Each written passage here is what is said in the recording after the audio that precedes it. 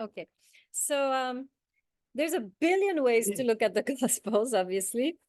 The way I'm going to do it is I'm going to continue the sacred marriage concept, which is found also in the book of John. And I'm going to continue, and I'm going to situate the book of John in the lineage of wisdom literature. Except now we're in the Hellenistic context, right? It's no more the Hebrew context, but it is still in the lineage of wisdom literature.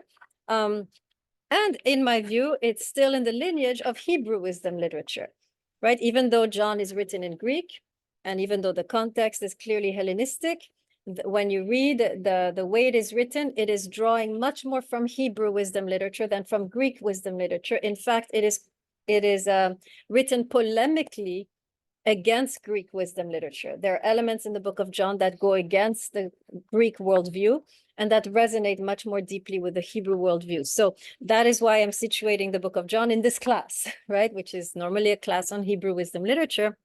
I am considering the book of John to be in continuation of all of the books that we've read so far. And let us always remember that these Gospels were written by Jews for Jews about Jewish characters, right? And it's something sometimes that I find regrettable, how in a way these texts have been kind of kidnapped, right, by different by the world. And in a way, there has not been enough, in my view, Jewish readership and Jewish exegesis of these texts. And this is something that is missing. Why? Because these are Jewish texts. And if you're not coming from a Jewish perspective, you can miss a lot of what's actually going on, right? It's coming now. There's a lot more Jews who are turning to those texts and interpreting them and giving interpretations that are incredibly valuable because they see more, because they're coming from that background, right? So this is why I teach it in this class, is to encourage you, right? This is important to have more. In addition, of course, to the Christian readership, we need to open up these texts to a Jewish readership, so that, because they're part of the inheritance, right, of, in my view, of the Jewish heritage, right? They're part of that, which is why I teach the text in this class. So why is it a wisdom text? So it's much more clearly connected to Greek wisdom texts, notably the text that you find in Gnosticism. So let's talk a little bit about Gnosticism. I have a red chalk today. Great. Okay. Like the red letter Bible. Okay. So first indication we are in a wisdom text is John chapter 1, verse 1, with the concept of logos. You see logos, you think immediately philosophy, wisdom, right? That's the clue, right? So we have this notion of logos, which is then going to be developed throughout. And let me write logos and explain what it means, right?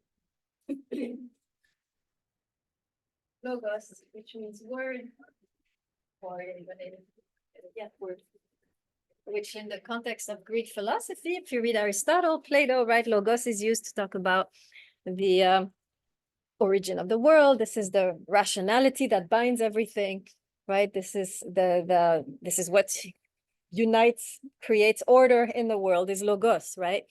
What keeps the world together. Cosmic order is based on logos. So anytime you have logos, you are in the context of philosophy, you're in the context of wisdom. John opens up on this, right? But I'm going to go in a slightly different direction. So I'm seeing the book of John more as coming in dialogue with Gnosticism. So let's talk a little bit about Gnosticism. So Gnosticism, you find this school of thought in both Jewish and Christian communities, and it's heavily influenced by Hellenism. And it's an idea which you had also in Greek philosophy. Plato speaks of it. And of course, it was developed by the Neoplatonists like Plotinus. And it's really the idea that the soul comes from God and fell in the world and became, damaged in the world, corrupted in the material world. And the soul is longing to go back, right, to its origin. And you see that very clearly highlighted in Plato's works when he talks about when Socrates dies, for example. He has a whole speech, discourse about right before his death, where he talks about his soul being trapped in the prison of his body, and now in death he is released back to to God, right? So this is an idea which you, right, this idea of the soul, fallen into the corrupt world and needing to be redeemed. And in a way, Socrates sees himself as the guide, right, which can guide these fallen souls back into the realm of logos, right, the realm of rationality, and find salvation in that way, right? So you have already, right, Gnosticism has roots clearly in Greek philosophy.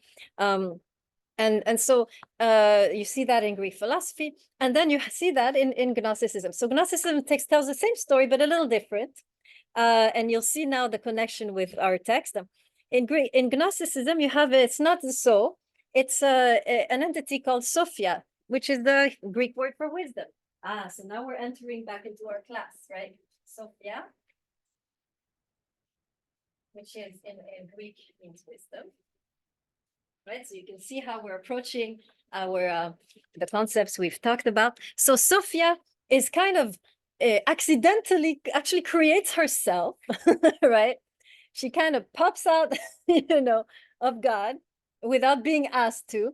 And so Sophia is also she's a liminal figure. She's a little bit like Eve. She transgresses. She's very transgressive. She's very, not keeping the rules and not following the cosmic order. She kind of wants to do what she wants. That's Sophia. And so in her adventures, she falls, right? She falls into the world, into the material world. And there she really loses. She loses her purity. She loses her beauty. She becomes depraved, right, in the world. And there's many stories, right, of her deprivation.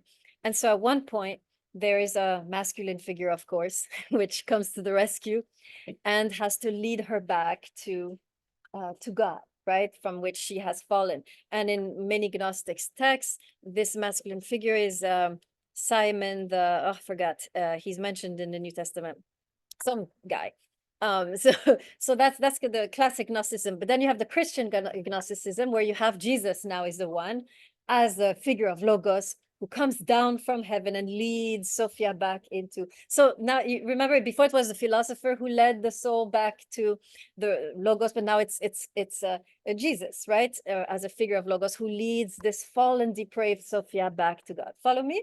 Now, you should notice here, and by the way, he unites with Sophia at one point, and that's how he saves her. So there's a marriage, right? There's a consummation. There is a unity between Logos and Sophia, between the Christ and this depraved feminine figure of wisdom. He saves her by uniting with her, and in uniting with her, she becomes pure again and redeemed, and she finds salvation. You see that there's elements here of the sacred marriage, right? Are you all seeing that? Now, the problem is that it is a kind of a twisted sacred marriage. There are elements that are missing. What are the problems with this story of the sacred marriage that we do not find, that in a way goes against everything we've talked about so far? All the different couples we've had have the same dynamic. Here, it's a very different dynamic. What's the difference? Yeah. No, they're not coming from the same position. Exactly. There's a hierarchy. We never had that before, right? We always had a little bit. Inanna was, but then, there's a reciprocity normally between the male and the female figure. They awaken each other. There's not one higher doing all the saving, right? Remember, even with Sumerian text, when Inanna empowers Dumutsi, Dumutsi in turn empowers Inanna and makes her fertile, and the whole world comes, into springtime, right? So normally there's a reciprocity. Here, it's very one-sided. She's the depraved one, and only one savior, right? And he gains nothing from uniting with her, right? Maybe even loses. What's the second thing you don't see that we've learned? And very, very, very strong elements. Yes. Yeah, she doesn't enthrone him, right? He doesn't need her to be enthroned. He's already the king, right? He's already pure divine figure, doesn't need, right? So again, there's not this, she's not contributing anything. There's no mutuality. He's doing all the saving and she's completely depraved, right? But there's still one more thing you're not seeing, which is striking. When you're used to reading the sacred marriage literature that we've been reading in the biblical text, in the ancient Near Eastern text, and now all of a sudden we see something very different. It has to do with the woman. How did we see the woman up until now? The woman was the divine goddess that was saving Right. her enthroning. And thanks. The woman was the one who elevates the man, in all of the texts, right? Starting with Inanna, continuing with Eve. Well, Eve messed up a bit, but could do better, right? But then you have, right, you had Ruth and Boaz, the Song of Songs. Each time you have the woman really lifting up, not bringing down, right? And here we have the woman is a figure of wisdom. The woman has a very high status, and all of a sudden she's the depraved one, right? The one in need of saving.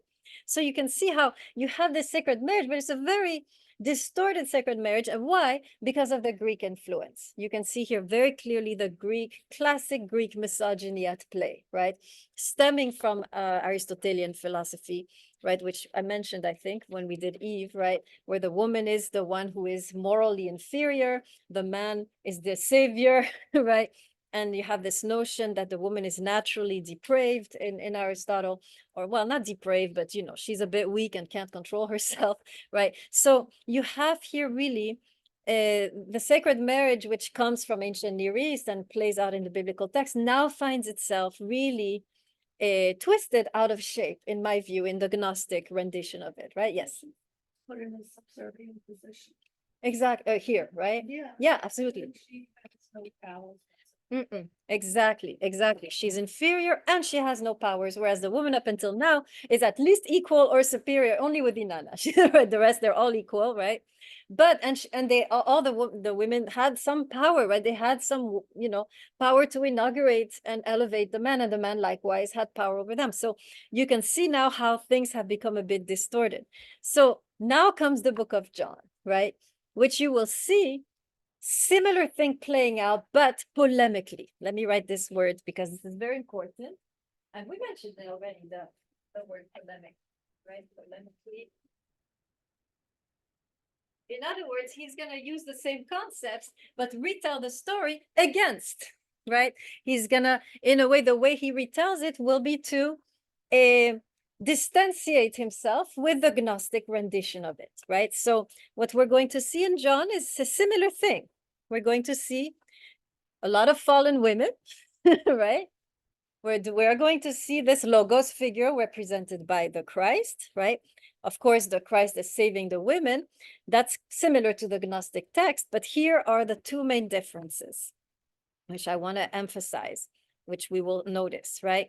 Number one, the women in the book of John, we're going to see, although they have a background which is depraved and sinful, for sure, they also have very powerful influence on Jesus, right? They have in a way the same prophetic powers we saw before. Remember Abigail, remember Esther, the way they can draw out the best into the man, out of the man they're speaking to, right? So we have something very similar. It's as though Jesus is what's the word, activated by these women. Elements that Jesus could not reveal are revealed because these women are drawing it out of him. So here we are back into the ancient Near Eastern framework, where the woman is drawing out of the man the kingship, right? So here these women will have again the same status, although they are coming from depraved backgrounds. When they are interacting with Jesus, they have this, you will see each time that they're drawing something out of him that he was not able to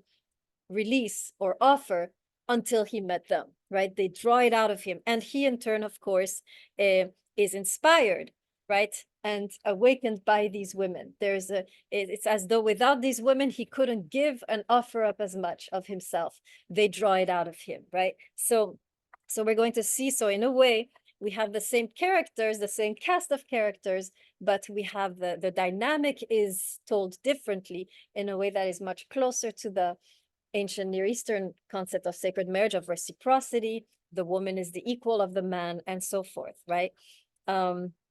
So any questions so far or comments?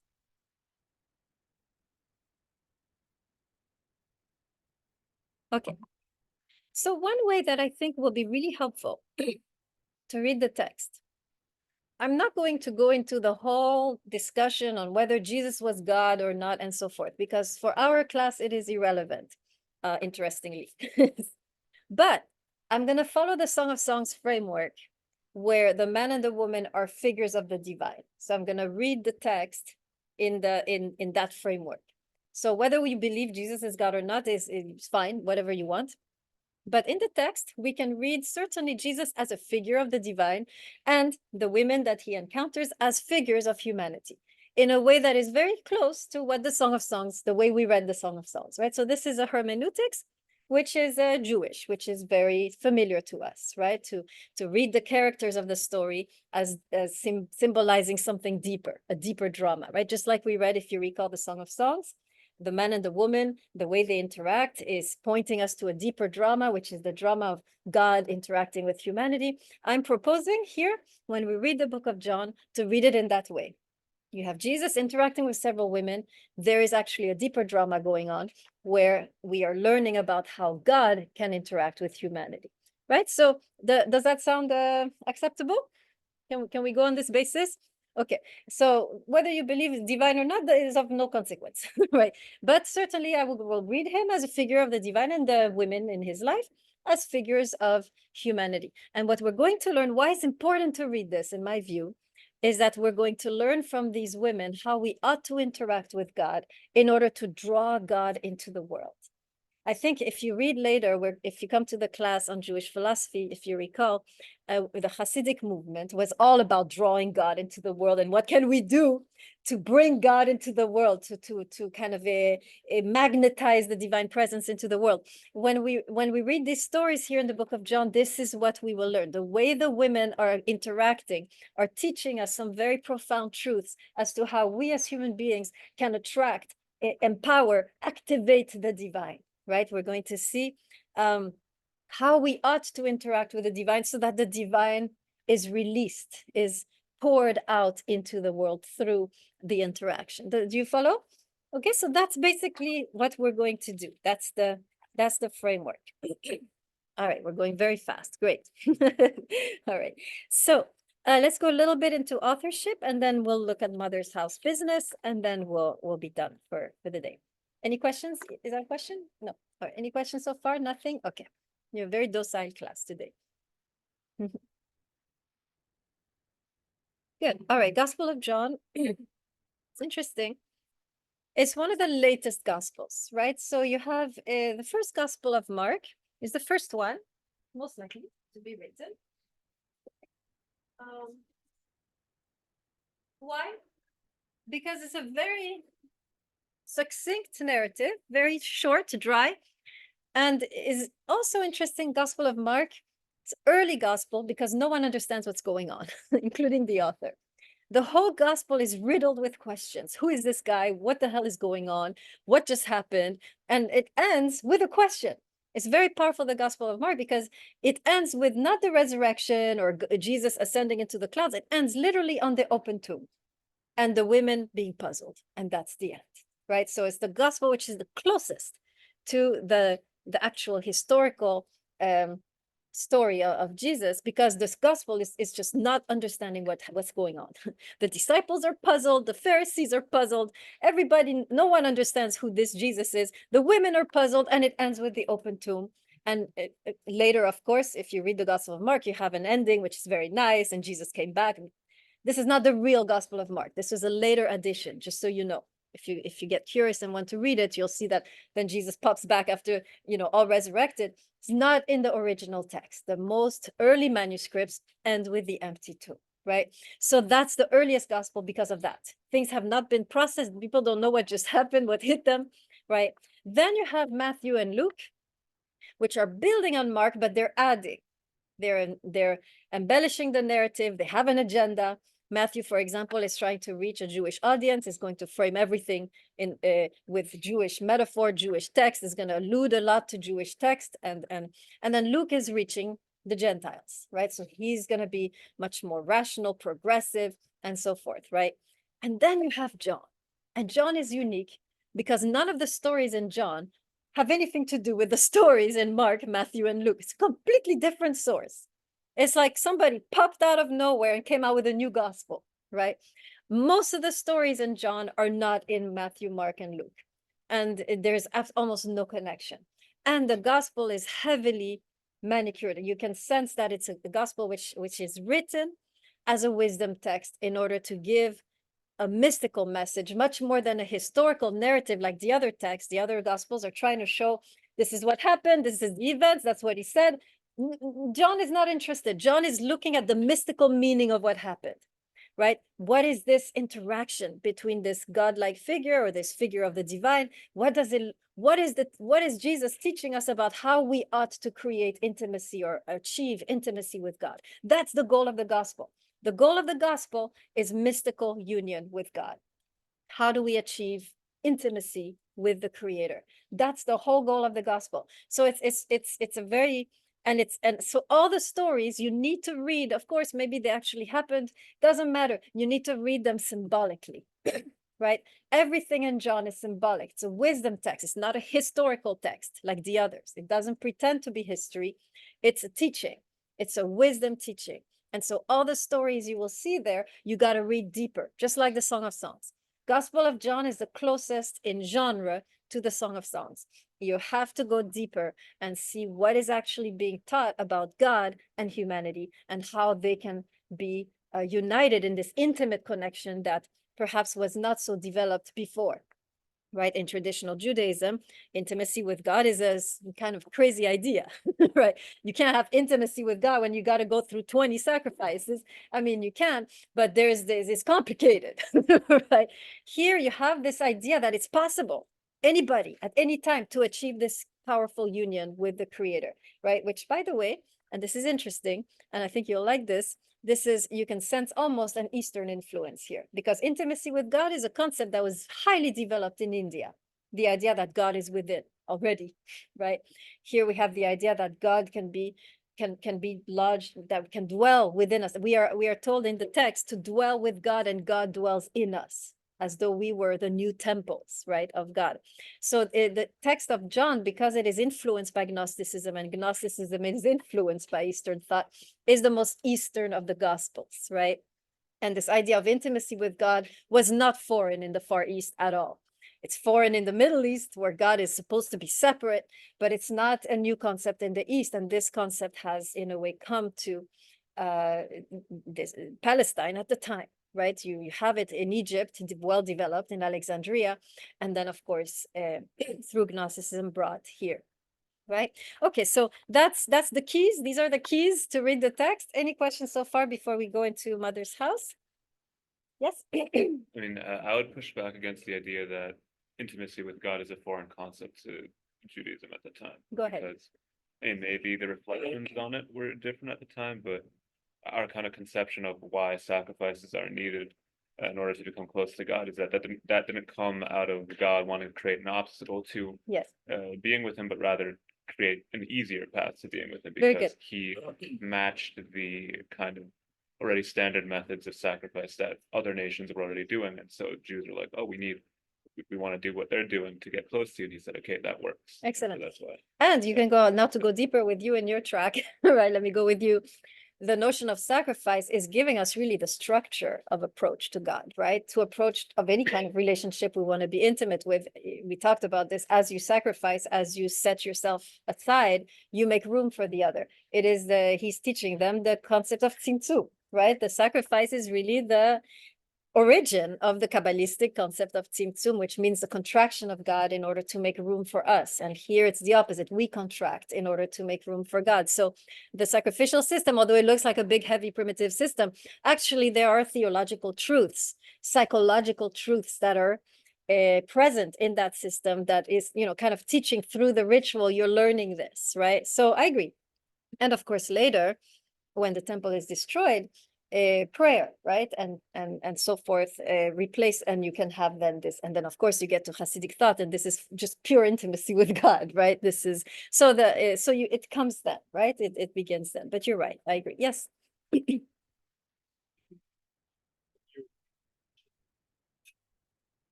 See God being like American within as a complete concept.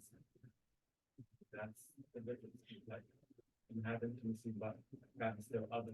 Yes. And so that clarifies it. That's good. That's good. You can have, so yes, the in the Hebrew context is the I thou. We have intimacy, but we're separate. In John, you have this, God is in me and I am in God, which is right? If you're a Jew, like, what the hell's going on, right? And that's the Eastern influence, perhaps. So yes, I like that. So you can have still intimacy with the separation. John is trying to blur the separation, right? Especially in John 15, when you read the last words of Jesus to his disciples, he's talking about, I long to dwell in you, just and you dwell in me. This is the notion of God dwelling within us, right? And which it's so interesting because this idea of God dwelling within us, and in other words, us becoming the new temples, right? Because the temple was the only place where God dwelt. Temple was the dwelling place of God in the Hebrew Bible. Now it is kind of a transformed or translated into, we become temples, mini temples where God dwells in us. You find this in rabbinic Judaism also, later, of course, right? You find this idea in the Talmud. So it's not, it was kind of embraced, right? I mean, separately perhaps, obviously. Okay. Any other questions or comments before we continue? Good. Let's go to the mother's house then and see how the book of John belongs to the mother's house. So first of all, it doesn't seem like it, right? We have strong male characters. Obviously, Jesus is male. His disciples are male. There's a few scattered women, which in itself is interesting. The emphasis is on the father-son relationship, right? Jesus emphasizes over and over again, God is my father, I am his son, and so forth. So you have kind of a very, very initially, it looks like a very masculine text. And perhaps that is why, it's, for me personally, I found the text kind of difficult to read because it felt so, like I had nothing to, like there was nothing there for me, right? So it's when I started to explore the female characters in the text that I started to get more excited about it, right? So because it seems like it's a great model for men, right? Yes, let's make God our father, and great, I'm happy for you, go for it, do you? But I couldn't find a reflection of myself in the text until I started to study the women in the text, and then it started to get interesting. So initially, yes, I didn't see much there apart from this notion,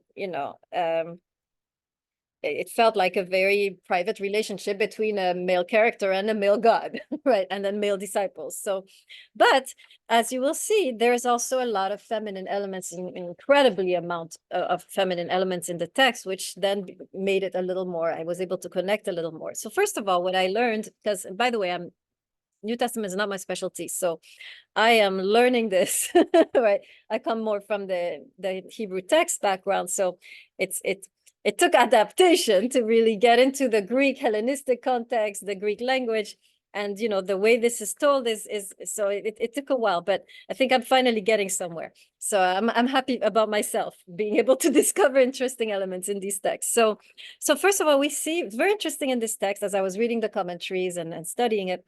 They mention, and it is true, the text is framed by women. This is an interesting detail. It begins with Mary. So before you have kind of this poem, philosophical poem about Logos, which is kind of connecting Logos to Jesus, but then you have Jesus is kind of a nowhere, he's in the shadows, until his mother steps on the scene, right? And his mother, in a way, is the one, and we'll study this text, who initiates his ministry or his work, right? He was kind of a slow, late bloomer, right? Jesus was not really kind of, not passionately running towards his destiny, right? Perhaps he had a foreboding of where his destiny would lead, right? So he's not in a hurry, and he kind of needs a little push. So she's really the first character who the text really begins with that. Yes? Is Jesus really a late bloomer comparatively to everybody else in the Bible? You know what? You're right. He was 30 when he started, and David was 35, and Moses was 70. No, that's a good Everybody point. else starts like even late. Most people Yeah. later than that. You know what? I take it back. Yes. There's a couple, but not that many. Yeah, you're right. He's a late bloomer like everybody else. Very good. So it begins, right? His first words, his first actions begin in chapter 2. And it's really his mother who kind of pushes him in that direction, right? Mary, the mother of Jesus. And then in the end, last scene, the resurrection. So in Book of John, we do have a resurrection, right? Where you have Mary Magdalene. Do I spell this, or does everybody know how to spell Mary Magdalene? Who doesn't know? Yes, we're good. Magdalene. Okay. So she's one of his disciples, and she's the last one to have an actual conversation with Jesus, right? So it's framed by women, which, by the way, remember we talked about this. When you have a framing by something, what does it mean? We talked about this before. This what's it called? The literary you know, Rivera, usually you know these things. Merismus. What do merismus, what's the goal of a merismus when you see what, let's write it down. Review. Vocabulary. Merismus is when you have something at the beginning, something at the end, and they're the same. What is it telling you? So They're connected. They're yeah, Similar, they, best example is when Jesus says, I'm the Alpha and the Omega. What is he saying? Beginning. Beginning and the end, No, meaning? two ends of the spectrum to include everything. Exactly, you got it, right? That's a literary device to say, I'm everywhere, right? I'm not just at the beginning, at the end, I'm everywhere, I'm here all the time, right? So when you have a woman at the beginning, a woman at the end, it's basically saying this text is about women. But it's not really about women, it's about humanity, right? The way that human, remember, the woman is a symbol of humanity here. We're interpreting, we're using the same hermeneutical approach as the Song of Songs. We're doing mystical interpretation. The women here throughout the text, scattered throughout the text, represent humanity and their interaction with the divine figure, right? With the one who represents God in the text. Okay, so why am I saying this? Ah, yes, male versus female. So like I said, right, we're going to be witnessing. We have to read the text at the second degree, right? We have to go deeper than just the stories. The stories have powerful symbolic meaning, which in my view are there to teach us how does humanity interact, how must humanity interact with God in order for God to reveal himself or flow into the world or be magnetized into the world. And again, I'm not saying at this point anything about Jesus's divinity. I'm cautious about that. I'm just saying in the text, we're going to interpret as we do the Song of Songs, Jesus represents as a figure of God, and the women are a figure of humanity. Okay. Let's see. Yes, and again, what I want to emphasize, again, these women are not just depraved. They have very much the traits of the goddess, the wisdom, Lady Wisdom that we met. They have the traits of the goddess Inanna. There are connections, right? The text is in that continuity. The text is much more in the continuity of the Hebrew Bible than in the continuity of Gnostic text. That's what I'm trying to say. It's speaking the Gnostic language, but philosophically it is aligned with the worldview of the biblical text. So the women are going to function like Lady Wisdom. They will have prophetic power. They will have this ability to inspire, to awaken, and to inaugurate the reign of Jesus or the reign of God, right? Okay, good. Any questions with male versus female? Any questions about that? Okay, good. All right, law versus wisdom.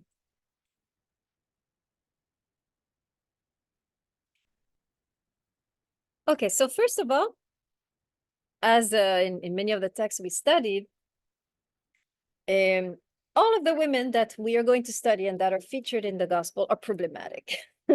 Let's make the list. First woman we'll study is Mary, the mother of Jesus, who had a baby out of wedlock, right? I mean, that's basically what happened, right? I mean, of course, it was deeply embellished, saying, oh, she was, virgin, it's an angel made her. But actually, in the eyes of her community, right, there was no angel story circulating, right, that made her pregnant with God. She was probably considered, as a woman who had had a child out of wedlock, right? I mean, thankfully, her husband or the one she was engaged to immediately marries her, right? So this is one of the beautiful gestures in the gospels, right? She was, if you recall the story, she was engaged to a man and then she got pregnant. the guy was like, well, not mine. So, right, he was about to leave her, kind of quietly divorce her, but then, he was encouraged by a vision to marry her, so he married her. And so, but still, right, the stories must have circulated about her, which explains perhaps why Jesus was so sensitive to women, to prostitutes and women, who had a bad name, perhaps because he had been himself called, son of a bitch, and like literally, right, son of a slut, right? Probably his mother was not was not of good reputation either, right? So you see in Jesus a kind of sensibility to the fallen woman, perhaps because his mother was treated as such and he was treated as the son of that offspring, right? So, or as the offspring of that woman. So, so you have, so all of them problems. Second woman is, of course, the woman at the well, who's a Samaritan woman, and whom we will discover has had 5 husbands, and the man she's living with right now is not her husband, so okay, problematic, right? Also, and she's also a figure which doesn't seem to be well respected. She's a solitary figure. Then we're going to study, of course, the woman at the feast, the one who anoints Jesus's feet. And again, she is considered, well, a woman of ill repute. The host of the feast actually is thinking in himself, well, if Jesus knew who this woman was, he wouldn't let her touch him. He must not be a prophet, right? If he's not clairvoyant enough to see who this woman is who is touching him, he's a fake, right? He's a hoax. So she's also problematic. And then Mary Magdalene, whom we know was possessed by 7 demons and was released of those demons by Jesus, but also a very problematic past, right? Okay. What's interesting is that all these women, let me count, 1, 2, 3, 4, because the 4 women we're going to study are all encountered, and this is interesting, something also that I read in the commentaries that I found interesting. They're all encountered in spaces of intimacy. There's always an allusion to sacred marriage in each one of these texts. There's an allusion to Jesus as the groom and the woman as the bride. There is always an allusion to marriage or an allusion to romantic relationship. Each time, of course, it's not happening, but the author, right, is putting these allusions in the text. Obviously, Jesus is not going around, flirting with everybody, right? But as the author is crafting the story, he's setting it in that setting of sacred marriage. It's very interesting, right? So you will see that. We'll highlight this. So they're all spaces of intimacy. And I want to stop on that a little bit and interpret a little bit. Why do you think the author frames it like that? These encounters with women who remember what they represent for the author, right? What is he saying about God when he frames each story with a backdrop of marriage or romantic relationship? Each one of them has that. What do you think he's trying to say? So you have to go deep, right? You have to start to read it mystically. What does it mean that these encounters are done on that backdrop? What is happening? What is he saying? And these women are all problematic, right? Which Jesus shouldn't be even talking to them as a rabbi, right? If you're a rabbi, you don't go around talking to women with a backdrop of sacred marriage. Like, what is happening? Can anyone tell me? See if you can develop your mystical skills or mystical vision, which you have to develop for this text. No, nobody knows? Yes? Well, humans are all flawed. And the relationship between God and humans is one of intimacy, of love, of respect, regardless of their flaws. Okay, very good. That's the main lesson, right? If the woman represents depraved humanity, right? And Jesus is a figure of the divine, it's telling us, right?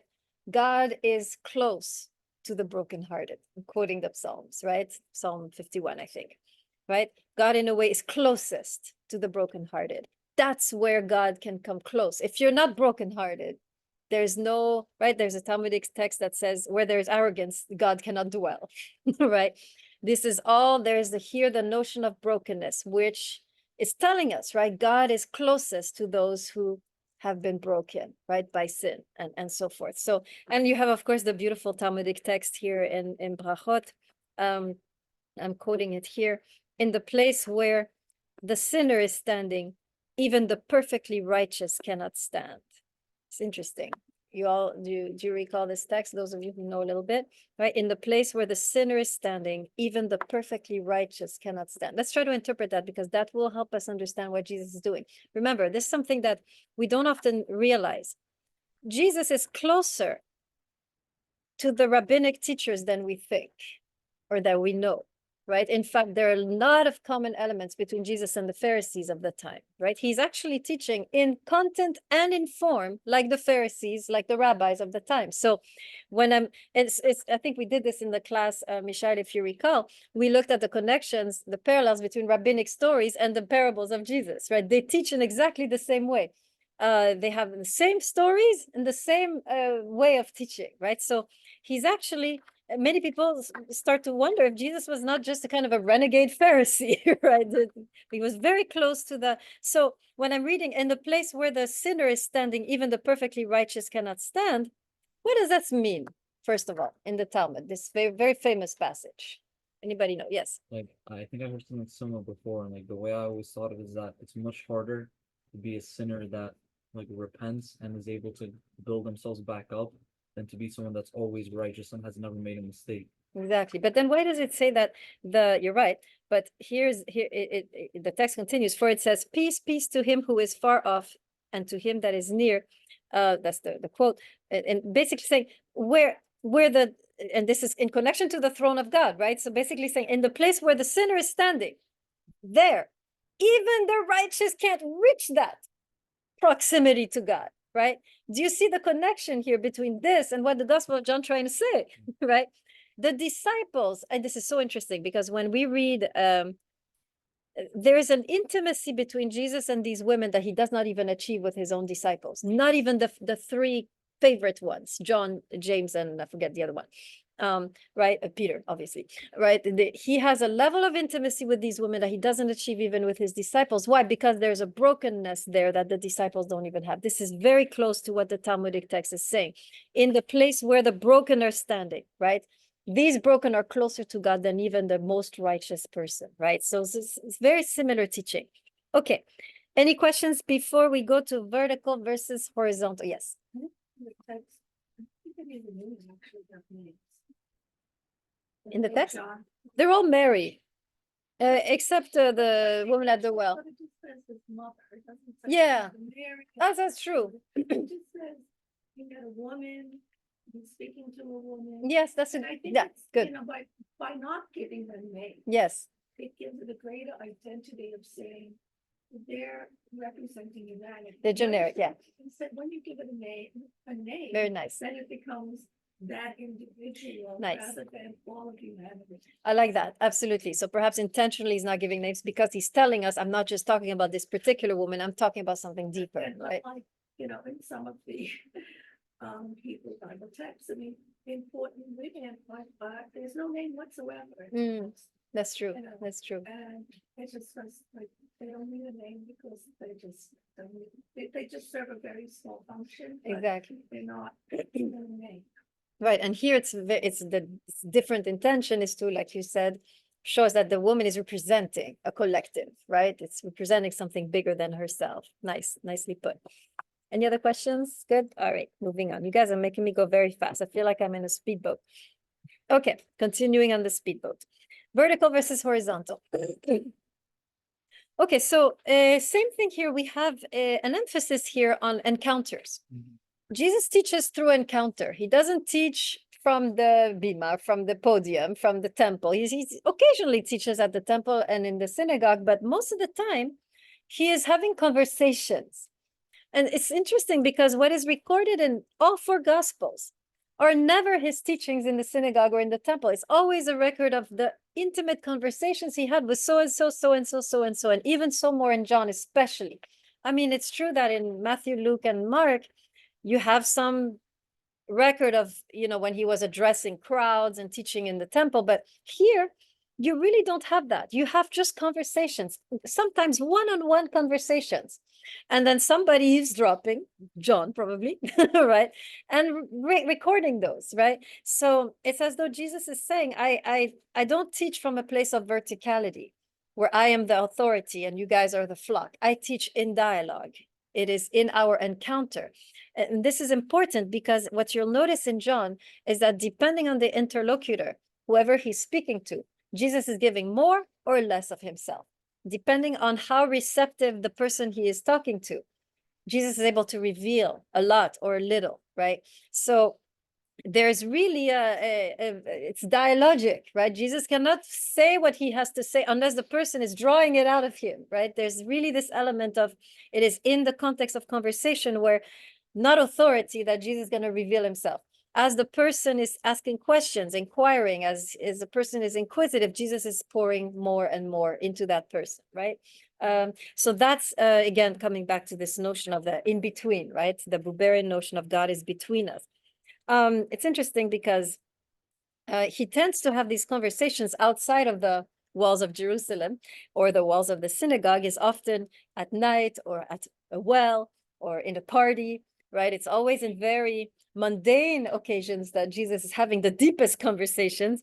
And it reminded me again of the Song of Songs, right? Where the woman is saying, let us go out into the countryside, right? Let us not stay in the city. Let's go out into, and Jesus is constantly out in the countryside having different conversations, encounter one-on-one encounters, and in those encounters he is giving these profound teachings, right? Okay, good. All right, questions, comments? Very good. Separation versus integration.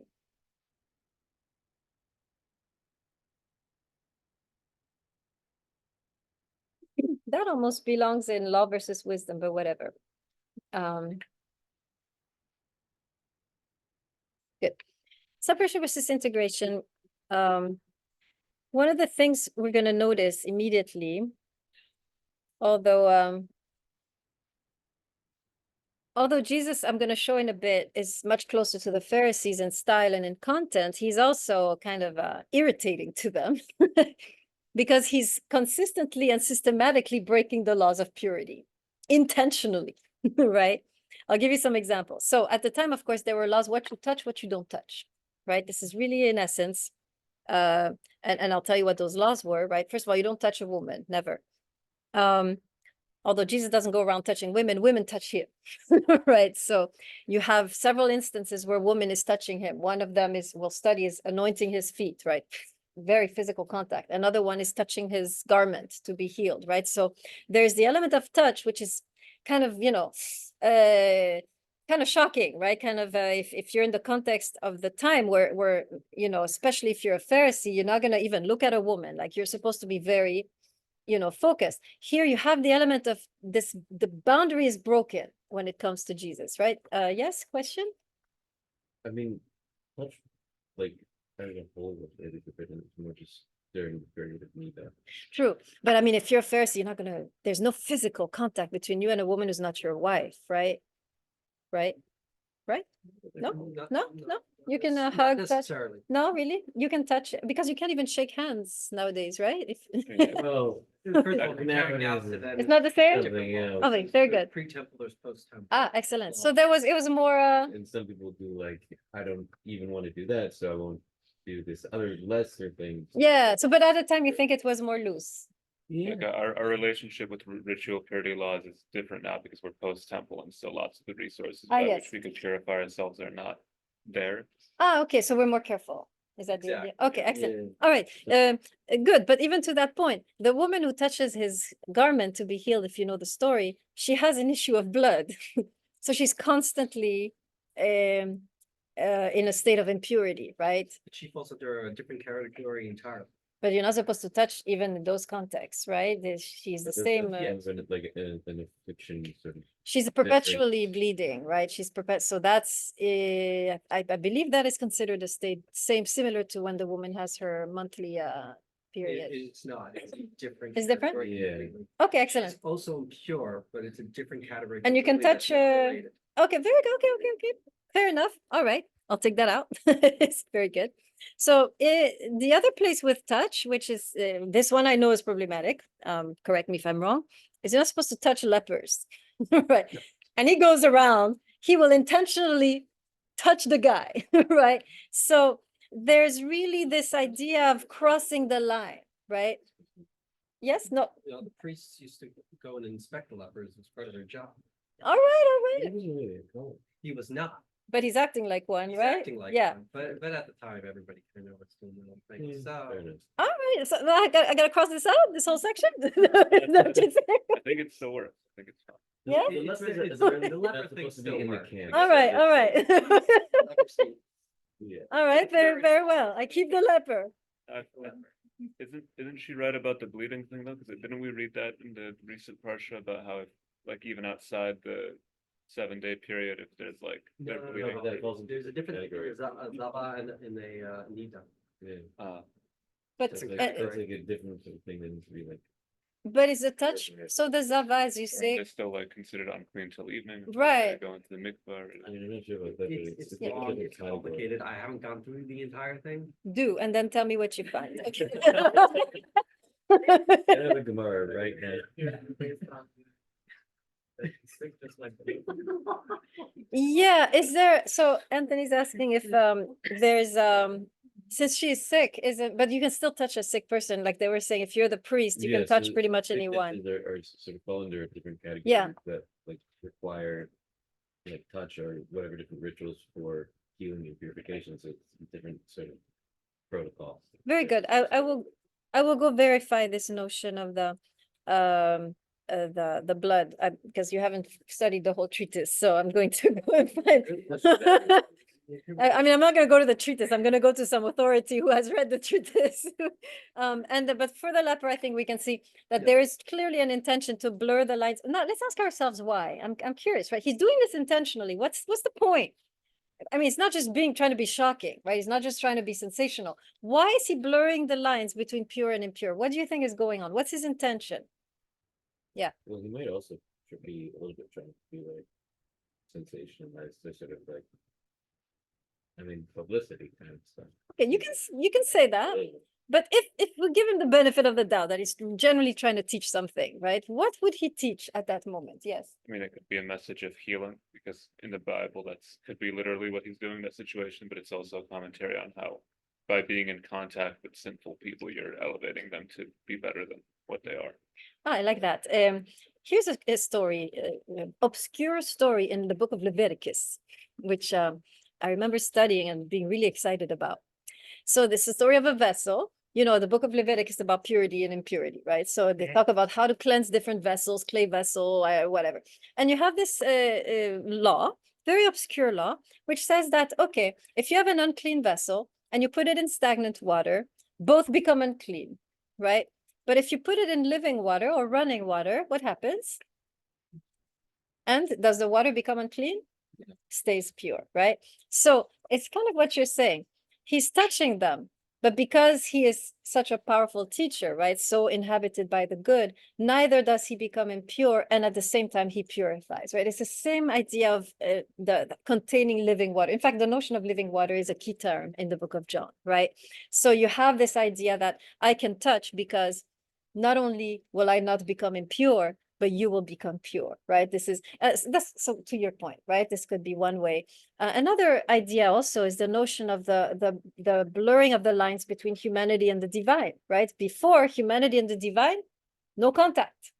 But because the book of John trying to talk about intimacy, Jesus intentionally in the book of John is crossing those lines. And remember, if he's a figure of the divine, what is he saying? What is the book of John saying? Saying that God is crossing those lines. Before there was a separation, not anymore. God will cross those lines and reach and touch and do what it takes to bring that person, right? So there's a theological message here, right? That is being taught. And in addition, perhaps to the sensational publicity, publicity stuff. What? It's what I would do. Can you imagine? Okay, good. I say that. It's the first time, says that's it for many, just the rights of the. He sends it to the priest. He sends him to the Yeah. priest. Go see the priest and check yourself. Yeah. Yes. Yeah, he's very secretive, especially in Mark. He's hiding all the time, right? He doesn't want people to know him. So actually, yeah, to his point, right? I see what you're saying. Jesus was seeking actually obscurity the whole time he's going about his business and not really seeking attention, right? So that's a good point. Very nice. Yeah, then he begins to reveal more, but initially he's like, I don't want people to just, I don't want anyone to know anything. Very good. Okay, good. So So that if you don't.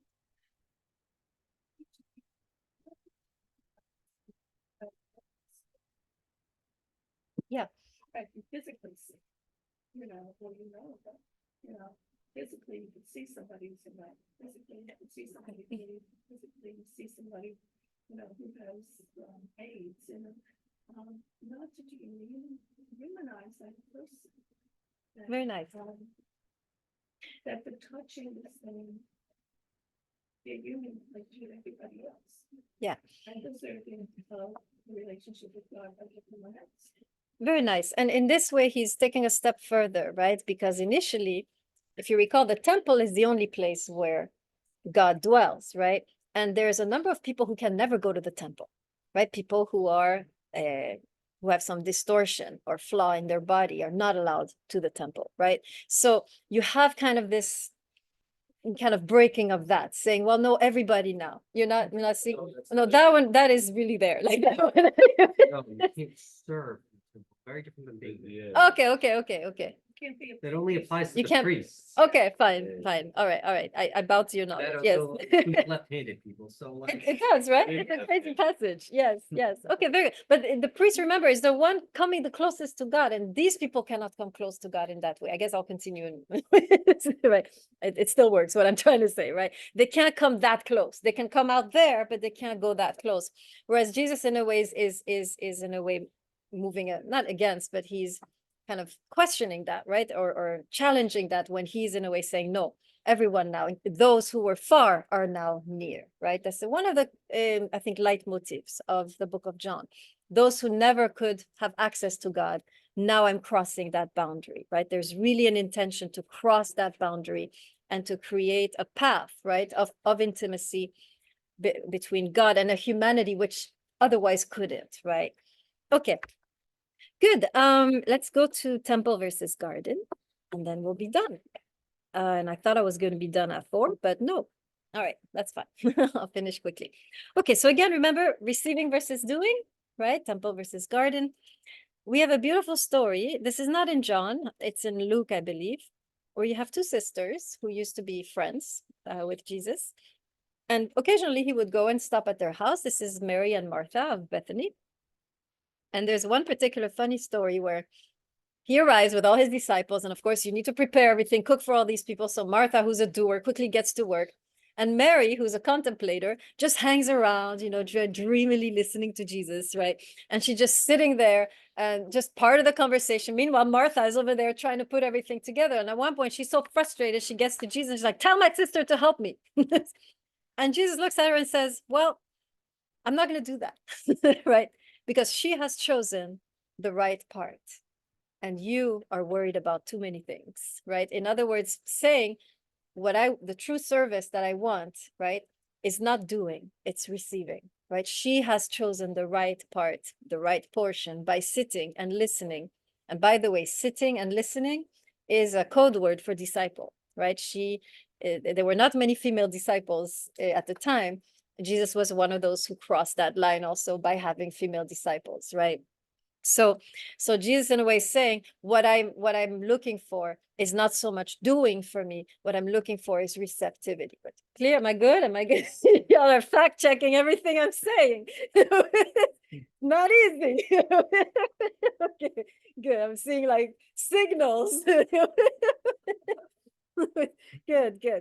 It's all good. Okay, great. All right, so you are ready now to know how to read, at least the way we're going to read the text, right? As you read these stories, I want you to focus on 4 stories. Please focus on chapter 2 for next time. Chapter 2, the wedding of Cana. And I believe it's chapter 4, but I want you to also read chapter 3 because it's the meeting of Jesus and Nicodemus and then the Samaritan woman. That's for next time.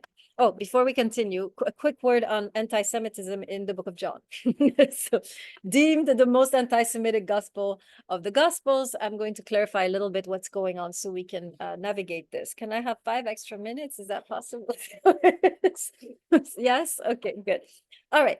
There's so the translations are catastrophic. They translate the word actually Judeans to Jews. So now you have throughout the text, Jesus fighting with the Jews. And the Jews are sons of darkness, and the Jews and this and that. And it's like, and this text has been used as a result by the church to justify the oppression of Jews. Because, yeah, look, Sons of darkness, right? So the original word is Judean. It's not Jew, right? Because at the time there were two types of Jews. There were the Judeans, the city people, the people who dwelled in Jerusalem, and then there were the Galileans, the Hicks, right? The rednecks, in essence, right? So you had the cultured elites, and then you had the rednecks. And of course, Jesus was a redneck, right? He came from Galilee. He was kind of not very not very refined, unlike, of course, the Jerusalem folk. So and I'm zooming in now on the Jerusalem folk, because if you recall, at the time, the Pharisees, you can fact check me on that too, the Pharisees were spread throughout the land, right? They were, am I good? Itinerant teachers, right? And Jesus, in a way, is following in those footsteps. In Jerusalem, mostly you had the priestly caste, the Sadducees, right?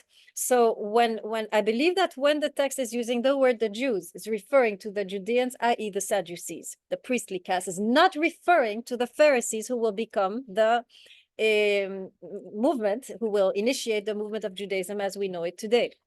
So I want to make that point very clear. It is the Sadducees who had an issue with Jesus, not, interestingly, the Pharisees. Let me explain. While it is true that Jesus constantly fighting with Pharisees, what is he doing that is any different from Hillel and Shammai fighting, right? The schools of Hillel and Shammai constantly fighting, constantly testing each other. It's a thing, right? And of course, as Westerners, we're like, oh, they're always fighting. You know, why are they fighting? But this is a normal thing. You always fight over there, okay? It's like, even today, as you can see, everybody's fighting. It's a mode of operation of the Middle East, right? So it was a thing at the time. You study by confronting and testing, and you have the word testing all the time, right? And it's like, it's not that they're trying to test him and make him fall, like the Christian interpretation often makes it seem like the Pharisees trying to trap Jesus. No, they're intrigued. There is a new teacher in town. I want to know, is he good? How good is he? Let me test him.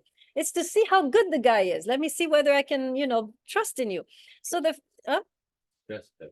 exactly, the stress. They're also trying to see, how much do you know? How good are you? How can you respond? It's really, it's a sport, right? It's like, here we have, I don't know, rap battles. And there we have this. Okay, this is the rap battles of the Jews. It's debates, right? So it's a very natural thing when you have a group of Pharisees coming to Jesus trying to trap him. It's a natural thing that they were doing among themselves. Let's be very clear. That's the first thing where I see that there was a kind of entente, right? A connection between Jesus and the Pharisees. Second thing, you have, like I said before, in style and in content, Jesus is teaching exactly like a Pharisee. When you read the Talmud, and I read through the whole now Haggadic, I'm proud to say, I'm done with the whole storyline of the Talmud. It's a big thing like that. Ein Yaakov, certainly. So I see now the stories that are told by the rabbis. There are so many connections between how he's teaching, what he's teaching, and what the rabbis are teaching. So there's really, in a way, he's a kind of kind of a renegade Pharisee, or maybe just simply a Pharisee, right? You could see him like that. So the people who really hate him are not the Pharisees, because he's doing the same thing they're doing. Itinerant teacher, have a bunch of disciples. Some Pharisees even were intrigued by him. You have a meeting between the Pharisee Nicodemus and Jesus. Nicodemus is deeply intrigued by Jesus. And you have allies among the Pharisees, which I'm going to talk about in a second. So the real enemies of Jesus was the priestly caste. Why? Because they had the power, and they were worried that he was gaining too much influence. Not only that, they were, in a way, allied with the Romans. They had a deal. I don't know if you know this, but they had a deal with the Romans that Romans give them the power. They keep their temple and all the money that comes with it. But they have to tell on anybody insurrection. Any insurrection happening, they got to squash it, right? That was the deal with the Romans. Now, Jesus coming around, right? Big followings. He's so maybe the Messiah. Everybody, like, wow, we're going to have a king. Nobody wants to know about this from the Roman perspective, right? And the Sadducees are worried. This guy's we're going to lose not only our power with the people, but our power from the Romans, invested to us by the Romans. So this is why, and by the way, in John, you have the most detailed version of the judgment of Jesus. And there's a number of very, very problematic things in this judgment. You have the Sanhedrin meeting at night. That's not allowed. You meet at day, not like a coward, right? You have just a minority there. There's only a few people. You have No debate. This is not characteristic of the Sanhedrin. If Pharisees had been present, you would have had a debate like you had later when you have the discussion about the new Christians. The Sanhedrin is gathering and talking about Christians. They're debating. No debate here. And number three, capital punishment, which when you read the Talmud, never does any rabbi want to be. There's a discussion about capital punishment, which basically says, never should we have capital punishment, just in case the guy is not guilty, his blood falls upon us. So the rabbis were very wary of prescribing capital punishment. So if you have a Sanhedrin with no debate, meeting at night, prescribing capital punishment, you can be sure there was not a single Pharisee there. And if he was there, he was a traitor to the Pharisaic faith, right? So very problematic things. So even there you have, right? And later, of course, now to continue to show the connection between Jesus and Rabbinic Judaism, you have Pharisees who show support. And there's two of them. Nicodemus again pops up, right? When Jesus dies, he buries him in his personal tomb. I believe that's him, or Joseph of Arimathea. I don't know which one, but they take him down from the cross. And then much later, it's interesting. You all know the Pharisee, of course, the very famous teacher Gamaliel, the father of the teacher of Hillel. Help me out. Is it? Thank you. Right. Also, incidentally, Gamaliel, the teacher of Paul. So Paul, in a way, had roots there. Paul, whom we know later from the later New Testament. There's a Sanhedrin gathering that occurs when Jesus, of course, has passed and the Christians are growing and they're becoming more and more powerful. And they meet and they're like, what are we going to do with these guys, right? And there's some Pharisees or some members of the Sanhedrin, not necessarily Pharisees. It was a mix. Remember, Pharisees and Sadducees were part of the Sanhedrin. Some of them are saying, let's kill them, let's persecute them. And then Gamaliel stands up, the New Testament records, and says, listen, guys, if it's from God, we cannot fight it. And if it's not from God, it will die out by itself. So why are we making a big deal about this? Very interesting. No, you're not seeing this? You've heard of it, right? I've read it. You've read it. Okay.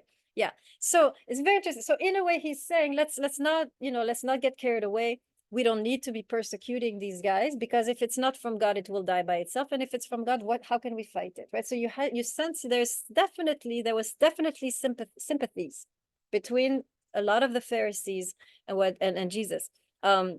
And in a way, that's why the reason I'm saying this is that all of Judaism today is stemming from those Pharisees, Rabbinic Judaism. And so what I'm trying to say is, in a way, there was at the time, no genuine conflict between the two. It is much later when Christianity started to separate from the Jews, when Christianity started to despise the Jews, when they started to go their own path, that you begin to have a backlash.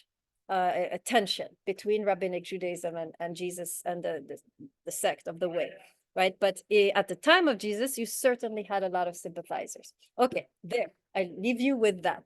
Enjoy the text and remember to read more deeply than just the little stories. This is a thing on the sacred marriage, right? So let's see what we can come up with. Okay, now I'm late to my point. All right, bye guys, see you next week. Thursday. Thank you for that.